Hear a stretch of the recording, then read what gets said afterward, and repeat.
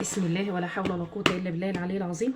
طريقة عمل العيش الرحالي: بنجيب الدقيق وبنعجنه بلبن رايب او بلبن حليب، وبنحط عليه معلقة خل عشان نروبه، ونحط عليه السكر على حسب كمية اللبن، وبنحط عليه الخميرة برضو على حسب عيار الدقيق.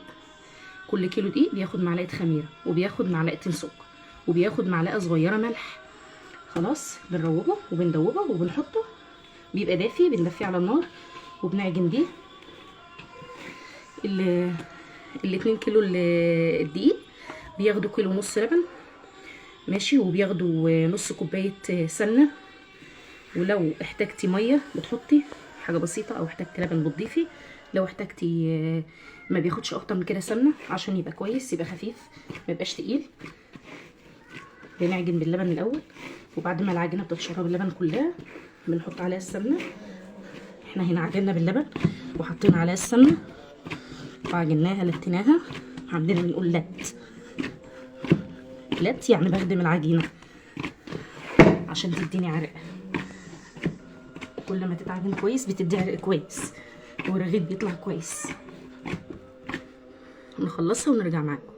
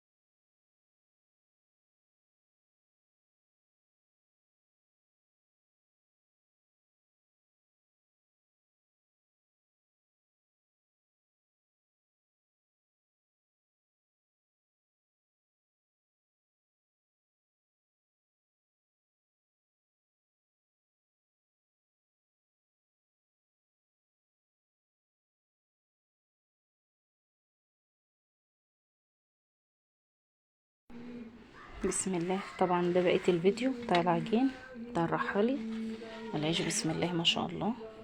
بعد ما برد خالص، ما كانش فيه رغيف مش قابب يا جماعه، الرغيف كله بسم الله ما شاء الله. الرغيف زي الورد ما شاء الله، ولا حول ولا قوه الا بالله العلي العظيم. الرغيف كله برد اهوت. هنكيسه بقى، بنحط على قدنا بره على قد الاكل، والباقي بنعمله كله في الفريزر. الرغيف بسم الله ما شاء الله، وخفيف جدا، وخفيف وطري وجميل ما شاء الله. بسم الله ما شاء الله. الرغيف يتلف معاكي سندوتش للاولاد 10/10، احسن من عيش الطابونه 1000 مره. الحمد لله على كل حال. اللهم دم نعمه واحفظ من الزوال. الحمد لله ولا حول ولا قوه الا بالله العلي العظيم. هنكيسه ونعينه في الفريزر. والطريقه نزلتها لكم بتاعت العجين، ودي طريقه الخبز، وبيتسوى عادي جدا زي اي عيش في الفرن. ده عملناه في الفرن، والتاني عملته على البوتاجاز. هوريهولكم، انا مصوراه، هوريهولكم وانزلكم في الفيديو اللي بعده. تمام. السلام.